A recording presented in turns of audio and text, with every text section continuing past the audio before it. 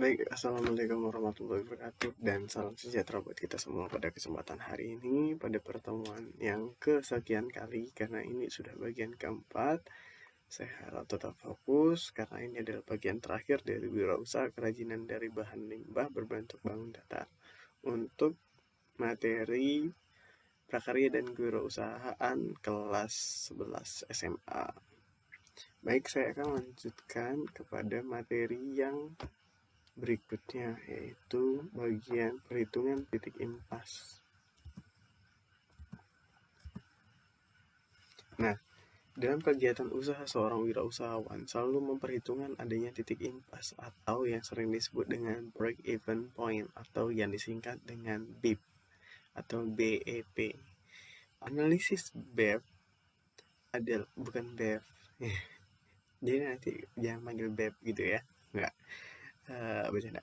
Analisis BIP adalah suatu teknis analisis untuk mempelajari hubungan antara biaya tetap, biaya variabel, keuntungan, dan volume kegiatan. Inti dari sini adalah titik impas. Udah itu aja. Apa sih itu break even point? Itu adalah titik impas. Nah, kalau seandainya disuruh ditanya nanti analisis BIP itu adalah apa? Suatu teknis analisis karena yang ditanya adalah analisis. Suatu teknik analisis yang mempelajari hubungan antara biaya tetap, biaya variabel, keuntungan, dan volume kegiatan. Saya harap bisa paham. Selanjutnya, yaitu kita masuk ke dalam pengertian dan manfaat. Break even point adalah suatu keadaan di mana perusahaan dalam operasinya tidak memperoleh laba, keuntungan, dan tidak juga menderita kerugian, atau dengan kata lain, total biaya sama dengan total penjualan, sehingga tidak ada laba dan tidak ada rugi. Maksudnya kamu udah jual barang, tapi kamu nggak ada untung dan tidak ada rugi. Uang tersebut untuk biaya jasa dan semacamnya, biaya jasa, biaya produk, dan biaya promosi. Jadi nggak ada untung dan tidak ada rugi, intinya seperti itu. Lanjut ke bagian manfaat. Manfaat dari break even point adalah sebagai berikut.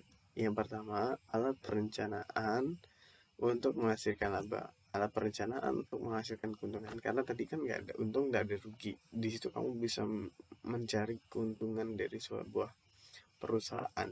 Jadi kamu bisa nambahin angkanya nanti, angka keuangannya.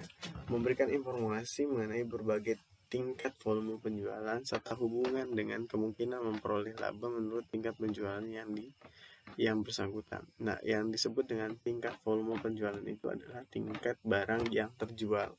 Itu bakal kelihatan. Nah, di situ nanti kamu akan memperhitungkan keuntungan kamu sesuai dengan tingkat penjualan yang bersangkutan.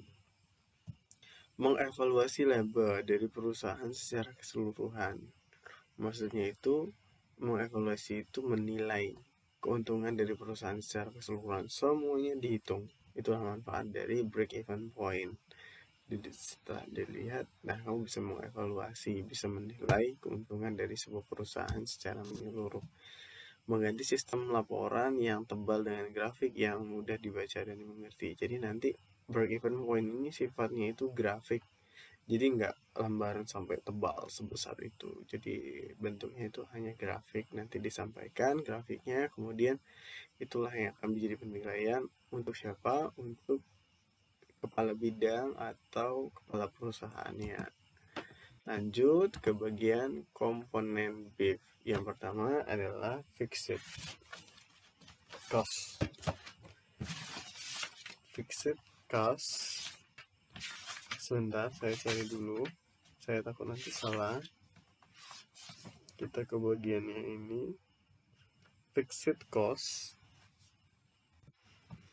Komponen ini merupakan biaya yang tepat atau konstan. Jadi kalau seandainya dibilang konstan, itu adalah tetap, biaya konstan atau biaya yang tetap. Jika adanya tindakan produksi atau meskipun perusahaan tidak berproduksi, kamu tetap akan mengeluarkan uang tersebut atau biaya tersebut. Contohnya adalah biaya tenaga kerja, biaya penyesuaian mesin, dan lain-lain. Misalnya kamu punya usaha, kemudian usaha kamu tuh minus, misalnya penjualan kamu berkurang. Tidak mungkin kamu tidak membiayai tenaga kerja. Kamu tetap harus membiayai tenaga kerja. Kecuali kalau seandainya sudah mulai bangkrut, kamu tidak mau harus mem-PHK atau merumahkan pekerja. Intinya seperti itu.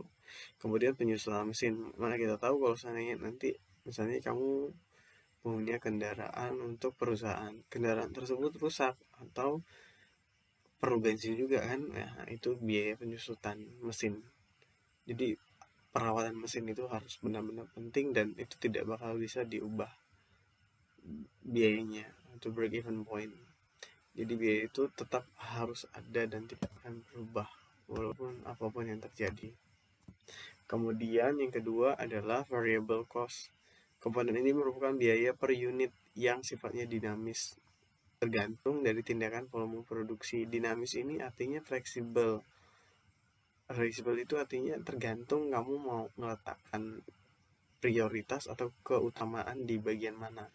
Jika produksi yang direncanakan meningkat, berarti variabel cost-nya pasti akan meningkat. Contohnya biaya bahan baku, biaya listrik, dan lain-lain. Jadi biaya ini akan naik gitu loh, intinya seperti itu ya. Selanjutnya yang berikutnya adalah selling price. Komponen ini adalah harga jual per unit barang atau jasa yang telah diproduksi. Jadi barang dan jasa yang sudah ada, itulah yang diproduksi. Intinya seperti harga barang per unit pokoknya harga barangnya unit barang atau jasa yang telah diproduksi. Ini seperti itulah keuangan. Harga jual per unit barang atau jasa yang telah diproduksi. Di sini juga sama, singkat banget.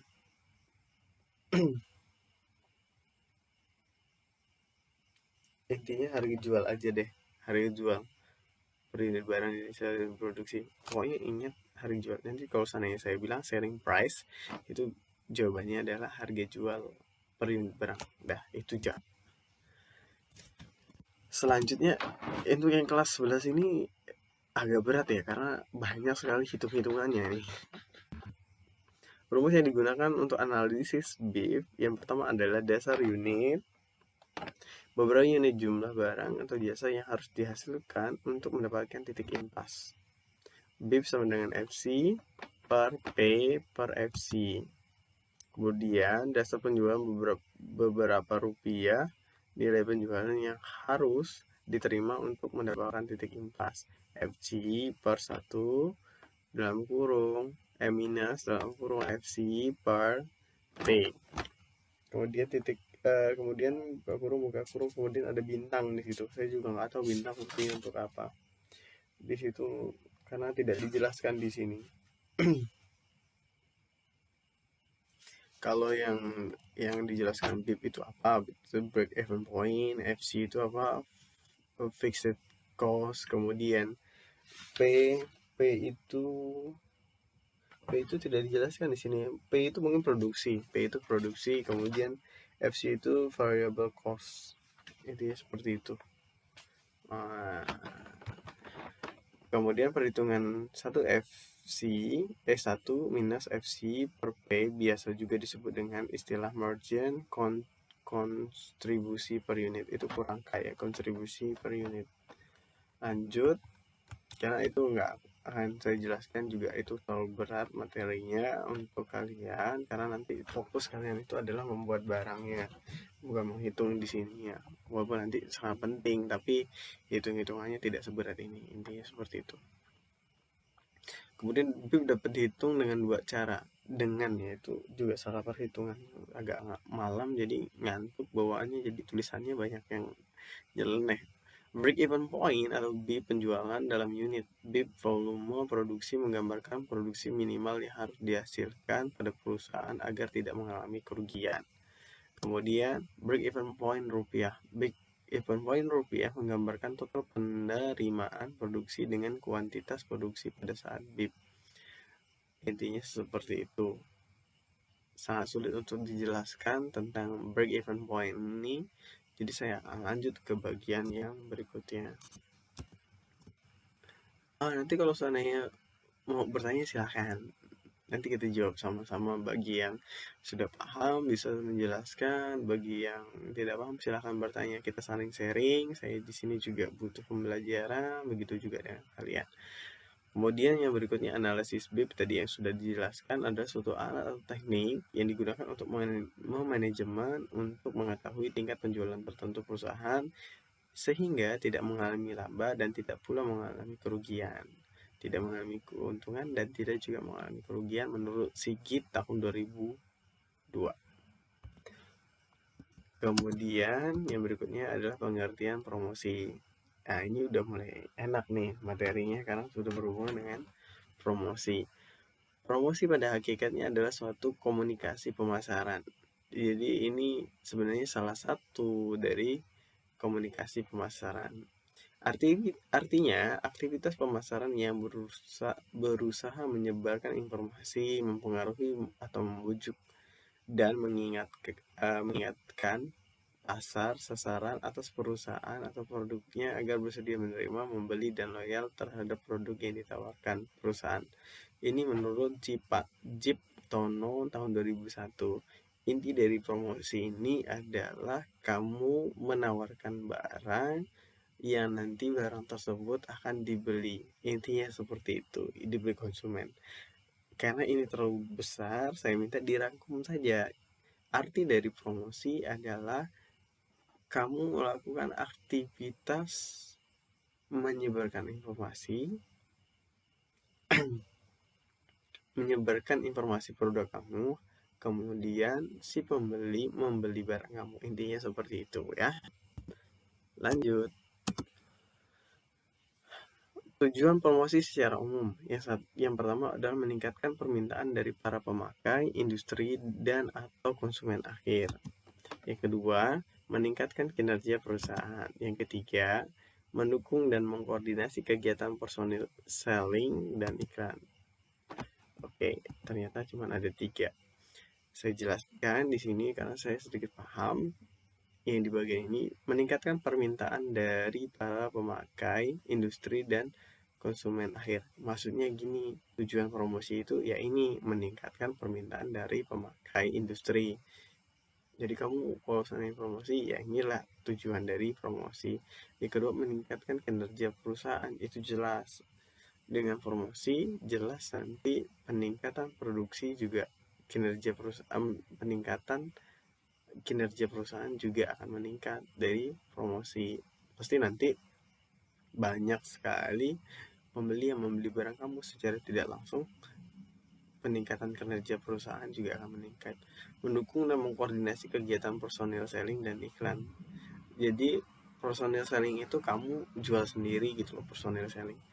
Nah, kamu mengiklankan gitu. Kamu mempromosikan barang tersebut dan mengiklankan. Ini justru mempermudah. Itulah tujuan dari promosi.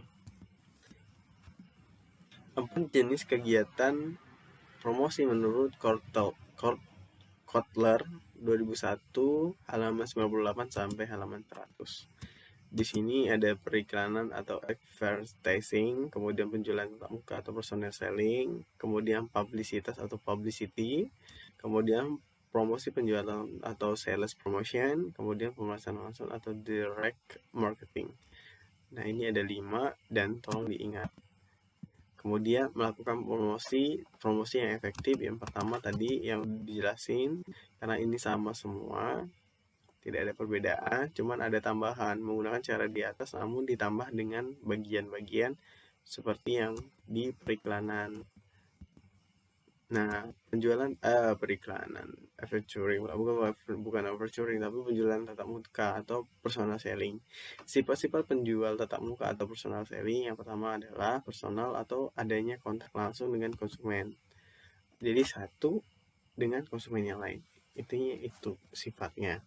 Yang kedua, tanggapan langsung atas pertanyaan atau reaksi konsumen. Jadi kamu menanggapi langsung apa yang konsumen tanyakan. Ya kalau kamu sering lihat sales datang, itulah yang namanya personal selling. Kemudian mempererat hubungan dengan konsumen apabila sikapnya memuaskan. Jadi setelah kamu puas dengan konsumen dan konsumen membeli barang kamu, kamu merasa puas dengan hal tersebut, maka jalinlah kerjasama dengan dia. Nah, atau kalau seandainya itu mempererat hubungan, jadi si konsumen juga merasa kamu juga baik dengan dia, maka dia juga akan menjalin komunikasi yang baik dengan kamu tanpa kamu sadari. Jadi nanti pada saat kamu ini datang ke tempat dia, nanti baru lewat doang, nanti dia nyapa, itu berarti komunikasinya sudah berjalan dengan baik. Kemudian biaya operasional cukup tinggi. Kenapa dibilang biaya operasional cukup tinggi? Karena kamu datang dari rumah satu ke rumah yang lain atau door to door. Ini cukup berat karena perjalanan kamu pasti akan banyak gitu loh. Tapi kalau seandainya kamu taruh di suatu tempat, kamu cuma jalan dari tempat tersebut dan kamu hanya membayar uang sewa saja. Istilahnya seperti itu nantinya. Kemudian yang berikutnya adalah promosi penjualan atau sales promotion. Jenis-jenis promotion sales atau sales promotion atau promosi penjualan adalah yang pertama promosi konsumen, misalnya barang contohnya adalah kupon hadiah, pembelian dan demonstrasi. Yang kedua, promosi dagang, kredit pembelian dan periklanan. Kemudian promosi bisnis, sponsor, petunjuk dan kontes penjualan. Ini kamu hafalkan saja jenis-jenis promosi penjualan. Yang pertama adalah promosi konsumen, yang kedua promosi dagang, yang ketiga promosi bisnis, KDB. Gitu aja. Kodabi juga bisa, disingkat aja Kodabi. Jenis-jenis promosi penjualan itu Kodabi, misalnya gitu kan, konsumen, dagang, dan bisnis. Udah selesai. Selanjutnya yang berikutnya adalah sifat pemasaran langsung atau direct marketing. Yang pertama adalah non-public, pesan biasanya ditunjukkan kepada orang tertentu. Jadi kamu menyampaikan pesan tapi tidak untuk semua orang, non-public. Jadi tidak semua orang tahu, hanya orang yang mendapatkan surat kamu atau barang kamu. Kemudian disesuaikan, pesan dapat disiapkan dan dirancang dengan sebaik-baiknya. Jadi udah ada, kemudian disesuaikan atau disiapkan barangnya. Terbaru, pesan dapat disampaikan dengan sangat cepat sesuai dengan kondisi terkini. Ini biasanya online ya. Yang online kayak gini itu cepat banget. Interaktif, pesan dapat diubah sesuai dengan tanggapan orang yang berkaitan sehingga menimbulkan suatu komunikasi yang interaktif.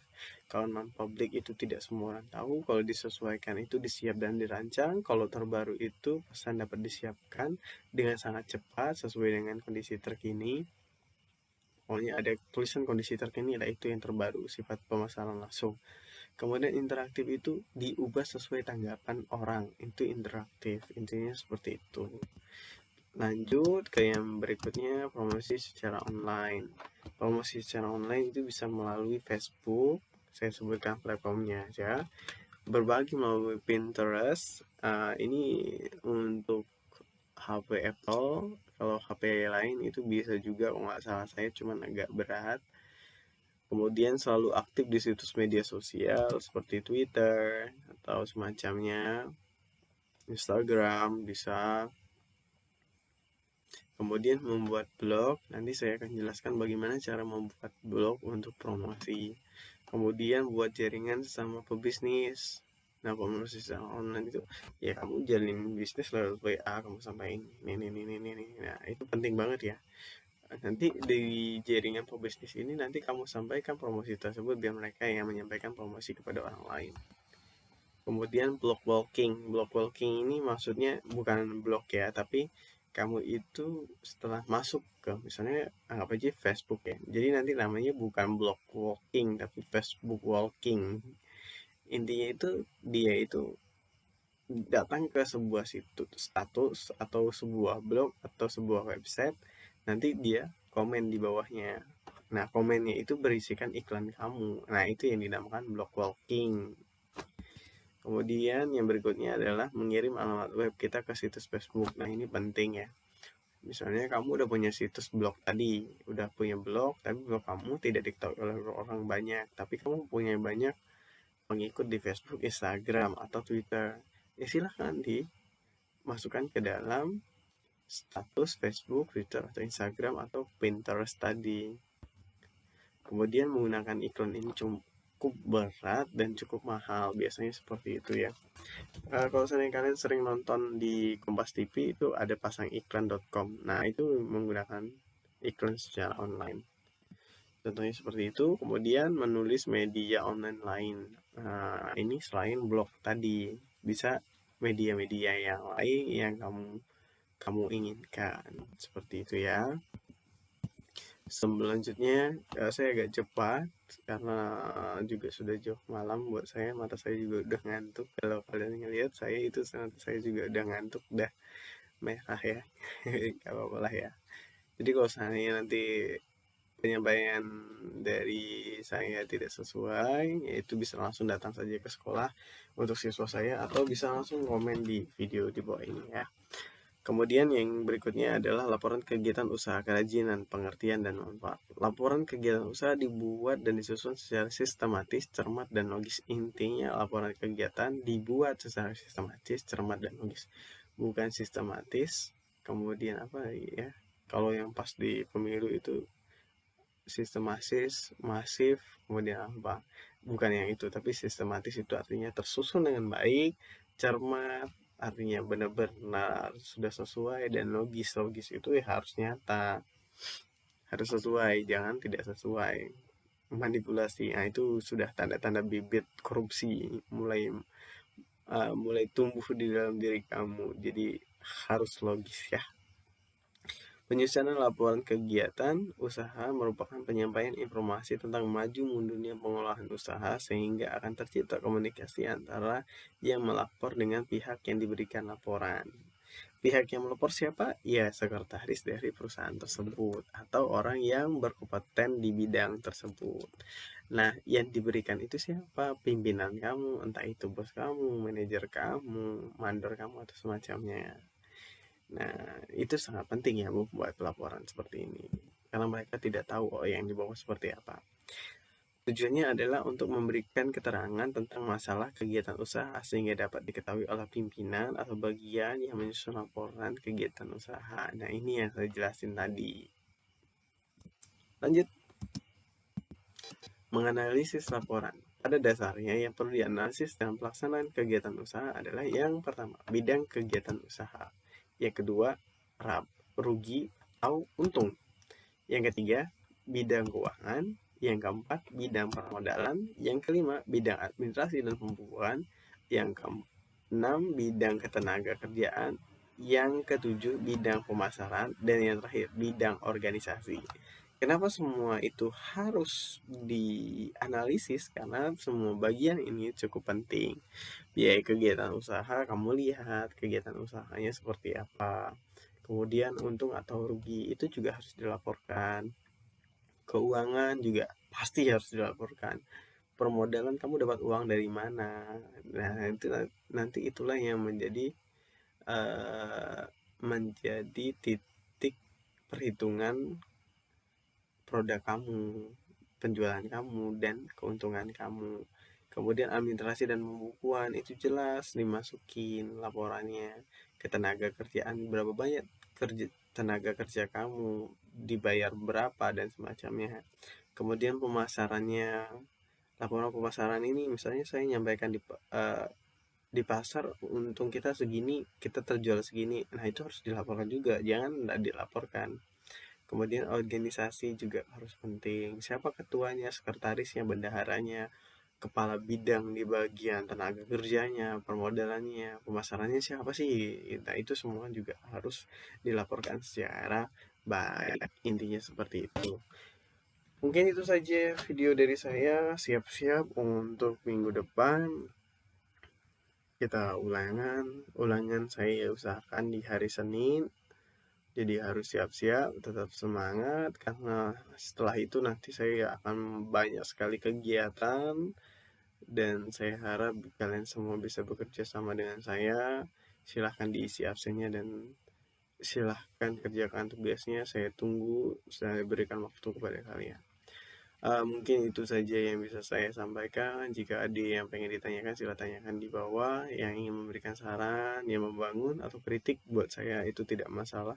Karena bagi saya kritik dan saran itu adalah membangun saya, walaupun pedas, itu akan menjadikan diri saya menjadi yang lebih baik.